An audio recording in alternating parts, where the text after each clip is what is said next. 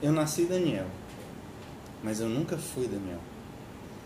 Portanto, se me permitem, apoio-me na famosa frase de abertura do clássico de Herman Melville, Moby Dick, pedindo: chamai-me Dani Barradas. Há mais de 4 anos que alguns alunos pedem para eu criar um canal no YouTube. Objetivo? Basicamente falar da única coisa que eu sei fazer na vida. Falar sobre livros e sobre meus hobbies. Meus grandes amores são William Shakespeare, literatura greco-romana, nutrição, filosofia, cosmologia, alemão, educação física, mundo fitness, pedalar, correr, religiões e mitologia greco-romana. E por que tanto tempo para lançar um simples canal? 2 razões sempre me impediram: a minha voz e a minha aparência. Os hormônios femininos que eu tomo jamais vão tornar a minha voz feminina, e isso me causa uma angústia que vocês jamais irão poder mensurar em suas próprias balanças. Quanto à aparência, ocorre o mesmo. Embora eu esteja paulatinamente gostando mais de mim, senão eu jamais estaria aqui me expondo na frente de vocês, neste canal, o tormento por não me aceitar completamente como eu sou ainda me persegue, da mesma forma que a personagem da mitologia grega Io, que foi condenada pela mulher de Zeus, a deusa Hera, a percorrer longas distâncias por conta de um moscardo que não a deixava em paz. Ainda que eu não esteja completamente tão à vontade com tal empreitada de me expor, eu agradeço desde já a todos aqueles que sempre me deram forças para superar os meus maiores conflitos. O lançamento do canal é a maior prova daquilo que Menandro, comediógrafo grego, me ensinou. Para o corpo doente é necessário o médico, para a alma, o amigo. A palavra afetuosa sabe curar a dor. Após situá-los acerca da demora do lançamento do canal, agora posso abordar um pouco sobre quem eu sou. Fundamental, nas palavras de um de meus maiores apoiadores, para que as pessoas se interessem ou não pelo conteúdo do que aqui será ministrado. Iniciemos, pois não. Como dito, nasci Daniel, menino. Embora desde a mais tenra idade não tivesse a certeza de que era uma menina, convicto estava de 2 coisas: de que nunca me senti um menino e que meninas me causavam uma profunda e exacerbada alergia. Durante toda a minha vida escolar, sofri bullying por nunca ter me esforçado muito a não parecer uma X-Men, ou seja, alguém fora dos padrões daquilo que é taxado de normalidade. E aqui homenageio um de meus personagens favoritos da literatura, já que eu me vejo muito em sua pele, como se eu fosse uma espécie de Quasímodo, caolho, corcunda, manco e depois surdo, criação do magistral Victor Hugo. A natureza prescreveu, segundo o entendimento de algumas mentes, que meninos vestem azul e meninas vestem rosa. Naquela época, eu ostentava cadernos do Mickey, lapiseiras do Quero Querope e canetas coloridas, enquanto meus coleguinhas estavam destituídos de qualquer objeto que ultrapassasse as regras de conduta masculinas. Aos 13, quando saí da escola Dom Bosco, escola que tanto eu amava, e fui para o antigo Projures, descobri uma doença terrível, o bruxismo. Ah, como isso me atrapalhou. Eu tinha dores de cabeça tão fortes que não conseguia estudar, e isso me atrapalhou o aprendizado das matérias da escola. Até hoje tenho sérias deficiências em inúmeras áreas, claro, de disciplinas que não uso em meu cotidiano, mas sim, elas existem. Foram 10 anos de perdas irrecuperáveis. Terminei meu 3º ano em 2003. Meu sonho era ser astrônoma ou neurocientista. Porém, tudo mudou em 2011, um pouco depois de minhas dores de cabeça terem desaparecido do nada. Na época, havia viajado a Fortaleza a fim de comprar uns livros na editora Wertzeller. Ela é conhecida por preparar os alunos para grandes vestibulares e Olimpíadas. Gastei uns R$ 1.500 só de livros da pesada, de matemática, de física e de química. Meu objetivo? Fazer os vestibulares da USP, da Unicamp, da Unifesp, da UNB e por aí vai. Além dos livros, pedi a meu pai que alugasse um canto para mim, já que eu queria apenas estudar.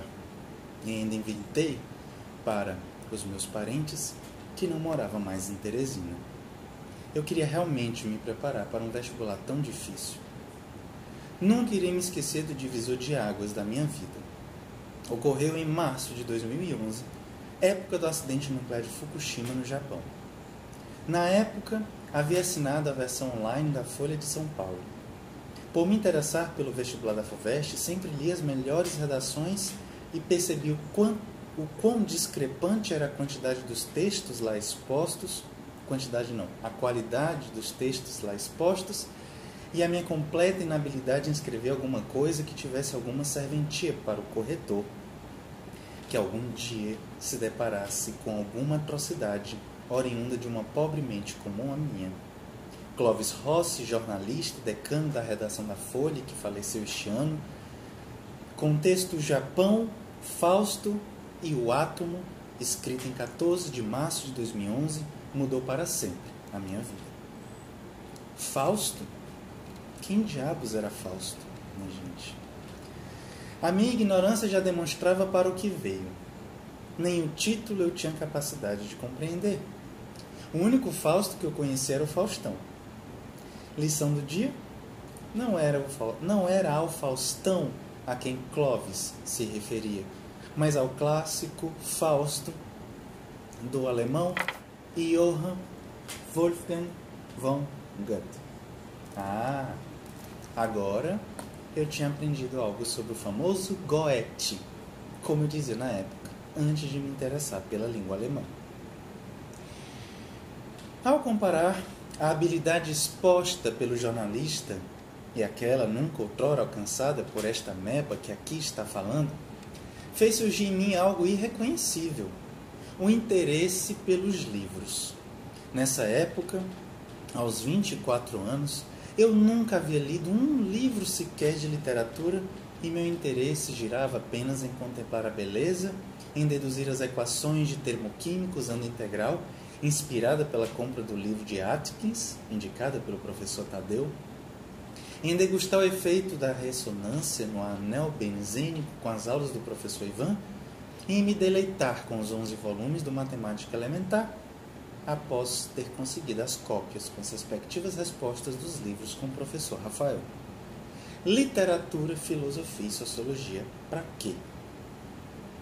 Como me ensinou o alemão Friedrich von Schiller na peça A Donzela de Orleans, contra a estupidez, os próprios deuses lutam em vão. Os problemas que fizeram me enclausurar em uma pousada foram resolvidos e, para quem imaginava passar um ano afastada de todos, acabei por voltar para casa um mês depois. Encantada com a forma com que Clovis abordou a relação entre um clássico da literatura alemã para entender um problema atual como o acidente nuclear em Fukushima, os meus antigos interesses, tipo amor por Pokémon, foram totalmente deslocados, estimulando que eu começasse a comprar de forma obsessiva livros e mais livros e mais livros. Como, em 8 anos, eu adquiri 4.000 livros e me fez ficar sem uma cama para dormir e sem um guarda-roupa para organizar minimamente minhas roupas, aqui está o início de toda a loucura. A culpa foi de Rossi e de Goethe. Eu sabia que para escrever bem eu precisaria de conteúdo e isso, confesso, nunca tive. Aliás, eu sabia que Charmander evoluiu para Charmeleon e depois para Charizard. que o Eve poderia evoluir para Jolteon, Vaporeon, Flareon, Umbreon e Espeon, que meus pokémons favoritos eram Suicune e Articuno. Porém, isso não ajudaria muito meus textos. Eu precisaria ir além para compreender os problemas do nosso mundo. 2011 foi marcante ainda por um outro motivo. Conheci o meu primeiro grande amor. Estivemos juntos por 7 anos. Ele, policial, nunca teve coragem de me assumir. Até porque, quem teria coragem de assumir alguém estigmatizado por uma enorme letra escarlate como a ostentada pela magnífica personagem de Nathaniel Hawthorne Hestebrain, uma adúltera no século XIX. O consolo sempre veio de Homero, através das palavras do comandante grego Diomedes a Paris, na Ilíada, pois a flecha não fere os covardes. Em 2012, preparando-me para o Enem, todos me criticavam pelo fato de estar lendo coisas que não caíram na prova. Cícero, Ésquilo, Demóstenes, Sêneca, Chekhov eram os livros que eu andava comprando. Os julgamentos eram sensatos, mas eu não conseguia interditar a minha insensatez. Até que em julho do mesmo ano, outro terremoto. Minha família, pelo fato de perceber que eu estava mais interessado em idiomas, literatura, filosofia, meio que me obrigou a fazer direito. Um único curso que eu sempre deixara claro que não queria fazer. Cuidado com a língua. Tinha tudo para dar errado, mas o que houve foi exatamente o contrário. Aprofundei os meus interesses pelos idiomas, embora hoje não me dedique tanto a eles como gostaria. Meu grande amor por filosofia foi se transformando até chegar na literatura clássica, e não sei por que caminhos o meu grande amor pelo bardo inglês, William Shakespeare. Muitos alunos me perguntam: Tia Dani, de onde vem seu amor por Shakespeare? Não sei. Nos meus grandes amores que tive, só me lembro da data que conheci o policial. Quanto a Shakespeare, a dívida com vocês será eterna. Chegamos no ano de 2013 e o grande desafio de tomar a decisão mais importante de minha vida. Assumir a minha condição de X-Men, de pária da sociedade, em 26 de dezembro de 2013. Hoje, estou fazendo 6 anos em que assumi a minha condição. Eu expus num texto não muito curto, publicado no Facebook, a minha chaga, aquilo que me afligira por tanto tempo, a minha transexualidade. Os meses que antecederam a grande mudança foram muito hostis. Eu havia obrigado toda a minha turma de direito a não ter mais contato comigo. Aqui em casa, às quintas-feiras, quando todos se reuniam para almoçar, eu simplesmente chegava e ignorava todos. Minha angústia havia devorado totalmente a minha sensibilidade para com os outros seres humanos. Jamais se esqueçam, em todos os momentos em que se depararem com pessoas não tão palatáveis, a lição exposta há mais de 2.500 anos pelo último dos tragediógrafos gregos, Eurípides, numa peça que só pude encontrar na Argentina, denominada Ifigênia em Áulide, quando Clitemnestra, mãe de Ifigênia, que será sacrificada em nome da vitória dos gregos, profere: não há lugar para cortesias quando estamos angustiadas. No popular, cada um se oferece o que tem, nem mais e nem menos. Na época, um professor foi fundamental para eu não desenvolver alguma depressão profunda, já que eu estava muito mal. Um professor, não. O professor. O meu grande mestre. Seu nome? Lucas Villa. Sem as palavras de Lucas, não sei onde e como estaria hoje. Uma coisa interessante ocorreu para que o destino me levasse até ele, além de todas as suas credenciais que sempre me encantaram como aluna. O seu exacerbado nível de leitura dos mais diversos ramos do conhecimento. Na minha última prova de direito penal, só fiz escrever meu nome. Quando chegou a hora de entregá-la, ele percebeu que eu ia tirar 0 e perguntou: Daniel, só porque tirou 3/10 nas provas passadas e está passado, vai deixar a prova em branco? Calado fiquei e fui embora. Era dezembro de 2013. Tomei coragem e fui conversar com ele sobre os motivos que me deixavam tão sorumbático, taciturno, obnubilado.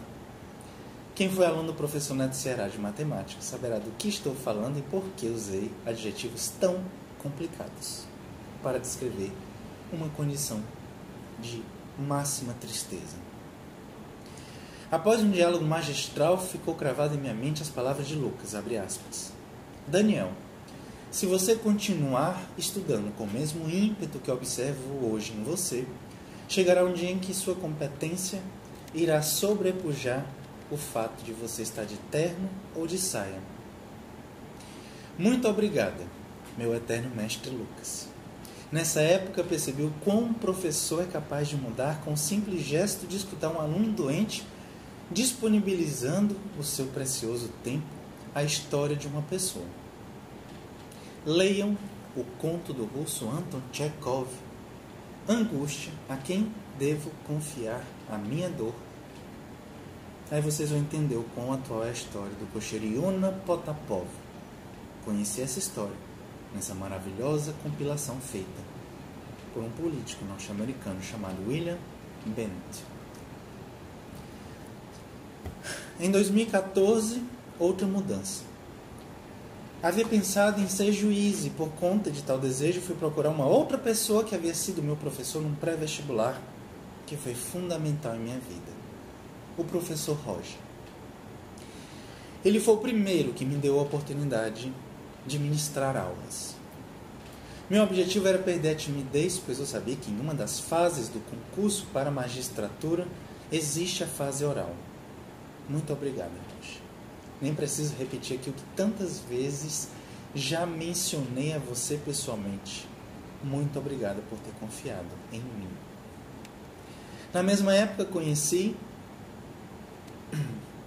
a professora Fabiola. Se o Roger foi a minha vitrine, a Fabiola foi a responsável por difundir a minha existência em tantas escolas de Teresina. Ainda que tenhamos divergências enormes quanto às nossas cosmovisões, observadas pelos alunos quando, no início, entrava com ela nas salas e fazíamos discussões dos temas atuais, isso em nada altera a minha gratidão pelo que fez por mim e o meu carinho, que ainda nutro por você. Muito obrigada, Fabiola. Em 2015, recebi um convite do professor Alex Romero para substituir o professor, já citado por mim, de matemática, Neto Ceará, em algumas turmas. Foi uma experiência mirífica, maravilhosa. Aquelas inúmeras aulas foram fundamentais para mudar mais ainda o meu estilo de aula que futuramente denominaria de argumentação. Muito obrigada pelo convite, professor Alex e professor Neto. Serei eternamente grata pela experiência a mim ofertada. Um pouco depois aparece outro titã, Marcos Vilhena. Havia sido meu professor também, de História do Brasil, e me fez um convite. Dar uma palestra no Instituto Dom Barreto. Era a primeira vez que eu pisaria no local que seria o motivo para o poeta italiano Dante Alighieri me enviar para o segundo piso do purgatório de sua aplaudida Divina Comédia. Em tal piso estão os invejosos, penalizados com as pálpebras costuradas com arame. Devo reconhecer que sempre nutri uma inveja por dois primos próximos que sempre estudaram lá, Ângeles e Robert Filho. Mas lembrem-se de que exponho a minha inveja segundo a definição dada pelo dicionário Royce, abre aspas, desejo irrefreável de possuir ou gozar o que é de outrem, fecha. Em nenhum momento desejei que eles não desfrutassem daquilo que era objeto de meu anseio. Além de agradecer ao professor Vilhena, também devo ser grata à responsável também pela organização da palestra, a professora de português Terezinha Ferreira. Se não fossem vocês dois dando a oportunidade para que eu adentrasse no alvo de meu pecado capital, eu nunca poderia ter mostrado um pouco do meu trabalho. Após a palestra sobre intolerância religiosa, soube que alguns alunos, de certa forma, gostaram de minha exposição e estou lá até hoje. Assim acabei conhecendo a professora Estela Marcela, as responsáveis por, pela primeira vez na minha vida, permitir a esta ameba a ter uma carteira de trabalho em um local para exercer com dignidade o meu ofício. O Instituto Dom Barreto foi a primeira escola que me fez sentir humana, após passar tanto tempo achando que eu era o Quasimodo de Victor Hugo, a Hester Prynne de Nathan Balzor, o Gregor Samsa de Franz Kafka. Esqueci de trazer o livro para mostrar. Eu não tenho palavras para descrever os efeitos que advieram com tal acontecimento. Muito obrigado por tudo, tia Estela e Marcelo. Depois de 2015, já cheguei a dar aula em 15 escolas. Hoje, de forma fixa, estou apenas em 2, no Instituto Dom Barreto e no Instituto Santo Agostinho, e em outras eu dou palestras esparsas quando sou convidado. Chegando já ao fim deste primeiro vídeo, sinceramente pensei que isso nunca ocorreria. É hora de reconhecer quem está por trás disso tudo. Em agradecimento aos meus pais por terem permitido que esta ameba, X-Men, estivesse viva hoje compartilhando um pouco de minha breve existência com vocês. Aos meus irmãos pelo enorme apoio no momento mais difícil de minha vida, embora Charles Dickens, grande escritor inglês, em David Copperfield, tenha exposto que acidentes acontecem nas melhores famílias, no final não se esqueçam, família é tudo. A minha turma de Direito, que conviveu comigo exatamente no período da transição, ao meu primeiro grande amor policial, que embora nunca tenha me assumido, esteve presente em minha vida nos momentos mais cruciais. Aos meus tios, às minhas tias, aos meus primos, às minhas primas, pelo acolhimento desta nova criatura que surgiu no seio tanto da família Barradas quanto da família Oliveira. As pessoas que estão comigo nas redes sociais e que nunca desistiram para que este dia estivesse se concretizando, dando-me a coragem necessária para destruir os meus maiores monstros, a voz e a aparência. Aos meus alunos que conseguiram dar sentido à minha vida e, por final, ao Lucas Villa, ao Roger, à Fabiola, ao Alex, ao Neto Ceará, ao Vilhena, à Terezinha, à tia Estela e à Marcela por terem concedido a uma pessoa detentora de tão pesado estigma a chance de se sentir humana. A todos vocês dedico esta maravilhosa lição do filósofo francês André Comte Sponville na obra Pequeno Tratado das Grandes Virtudes. Contemplem. Agradecer é dar. Ser grato é dividir. Esse prazer que devo a você não é apenas para mim. Essa alegria é nossa. Essa felicidade é a nossa. O egoísta pode regozijar-se em receber, mas seu regozijo é seu bem, que ele guarda só para si. Ou, se o mostra, é mais para fazer invejosos do que felizes. Ele exibe seu prazer, mas é o prazer dele. Já esqueceu que outros têm algo a ver com isso. Que importância tem os outros? Por isso, o egoísta é ingrato. Não porque não goste de receber, mas porque não gosta de reconhecer o que deve a outrem. E a gratidão é esse reconhecimento, porque não gosta de retribuir. E a gratidão, de fato, retribui com o agradecimento, porque não gosta de partilhar, porque não gosta de dar. O que a gratidão dá? Ela dá a si mesma, como um eco de alegria, dizia eu, pelo que ela é amor, pelo que ela é partilha, pelo que ela é dom.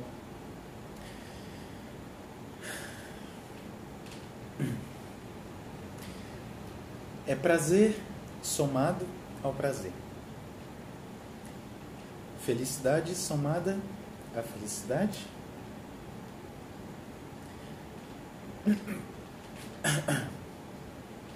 Gratidão somada à generosidade. O egoísta é incapaz disso, pois só conhece suas próprias satisfações, sua própria felicidade, pelas quais ela, como um avaro, por seu cofre. A ingratidão não é incapacidade de receber, mas incapacidade de retribuir, sob a forma de alegria, sob a forma de amor, um pouco de alegria recebida ou sentida. É por isso que a ingratidão é tão frequente. Nós absorvemos a alegria como outros absorvem a luz. Buraco negro do egoísmo. Até a próxima.